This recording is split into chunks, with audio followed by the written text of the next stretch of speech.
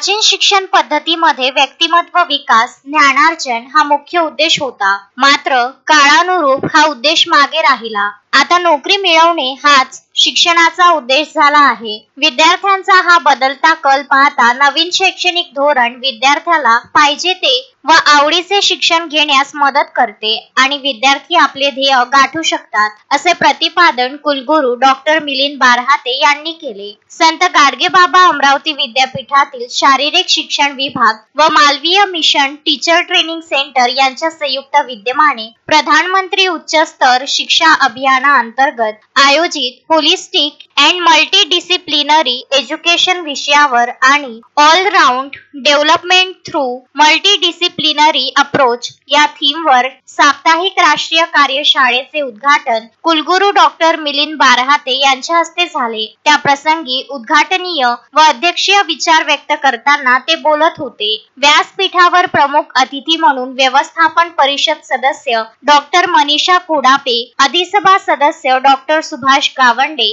जबलपूर येथील डॉक्टर विशाल बन्ने, शारीरिक शिक्षण विभाग प्रमुख डॉक्टर तनुजा राऊत उपस्थित होते. सरस्वती पूजन, दीप प्रज्वलन व विद्यापीठ गीताने कार्यशाळेची सुरुवात झाली. प्रास्ताविकामधून शारीरिक शिक्षण विभाग प्रमुख डॉक्टर तनुजा राऊत यांनी कार्यशाळा आयोजनामागील भूमिका सांगितली. सूत्रसंचालन विद्यार्थी आदेश रक्षे याने तर आभार सुरभी डोंगरे हिने मानले. उद्घाटन कार्यक्रमाला विद्यापीठातील शैक्षणिक विभाग प्रमुख, प्राध्यापक, शिक्षक, विद्यार्थी-विद्यार्थिनी मोठ्या संख्येने उपस्थित होते. आपण सर्व जाणतोच की 2020 पासून नवीन राष्ट्रीय शैक्षणिक धोरण म्हणजे नॅशनल एज्युकेशन पॉलिसी 2020 लागू झालेली आहे.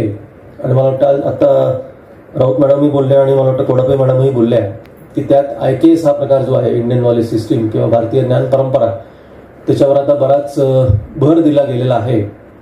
आणि एकंदर विद्यार्थ्याला एका फॅकल्टीमध्ये अडकून न ठेवता त्याला ज्या विषयात इंटरेस्ट आहे तो त्याचा परस्यू करू शकतो. म्हणजे कॉमर्सचा विद्यार्थ्याला समजा उदाहरणार्थ फिजिक्समध्ये इंटरेस्ट आहे, तो एक पेपर फिजिक्सचा घेऊ शकतो. असे एकंदर सिस्टीम अर्थात यात पुष्कळ अजून आणखीन त्याचे वैशिष्ट्य आहेत. त्याच्यामुळे पण एक थोडक्यात असं की याच्यामुळे यापुढे मल्टीडिसिप्लिनरी एज्युकेशन म्हणजे बहुविद्याशाखीय जे शिक्षण म्हणतो आपण त्याला, आणि होलिस्टिक एज्युकेशन म्हणजे सर्वसमावेशक ऑल इन्क्लुसिव्ह एज्युकेशन याला आता हळूहळू महत्त्व प्राप्त होणार आहे. आणि त्याचं विद्यार्थ्यांनाही त्याचा मोठ्या प्रमाणात फायदा होणार आहे. कारण की विद्यार्थी आता एका विषयामध्ये किंवा एका फॅकल्टीमध्ये अडकून न पडता तो त्याचे वेगळे इंटरेस्टही त्या निमित्ताने परस्यू करू शकतो. त्याच्यामुळे याही दृष्टीने NEP 2020 फार महत्त्वाची आहे.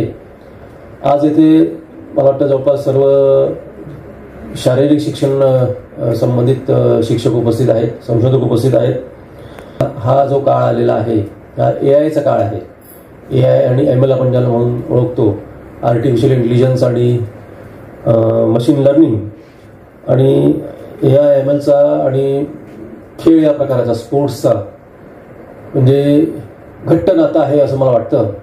कारण की आपण आपल्या देशामध्ये साधारणतः क्रिकेटच्या बाबतीत पाहतो, पण इतर देशांमध्ये इतरही जेव्हा ऑलिम्पिक्स सुरू असतात किंवा इतर मोठे इंटरनॅशनल इव्हेंट सुरू असतात तेव्हा त्या खेळाडूंची पण प्रॅक्टिस किंवा TVवर माहिती मिळत असते.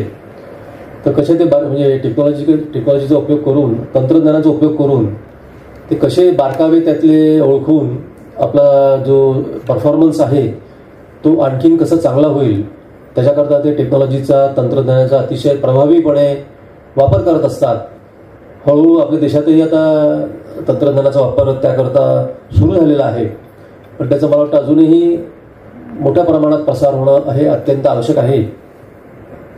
त्यामुळे अशा प्रकारचे जे वर्कशॉप्स आहेत त्याचा निश्चितपणे सर्व शिक्षकांनी, संशोधकांनी त्याचा फायदा घ्यावा. आणि एकंदर इथून जे तुम्हाला एक नवीन माहिती, नवीन नॉलेज मिळणार आहे, विशेषतः तंत्रज्ञानाच्या बाबतीतलं किंवा तुमचा जो विषय आहे त्या संदर्भातलं, तो निश्चितपणे तुमच्या विद्यार्थ्यांपर्यंत पोचवून एक चांगला खेळाडू, एक चांगला विद्यार्थी आणि एवढंच नव्हे तर एक चांगला नागरिक कसा घडू शकेल याकरता आपण सर्वांनी निश्चितपणे प्रयत्न करावे. Vidarbha news bureau, Amravati.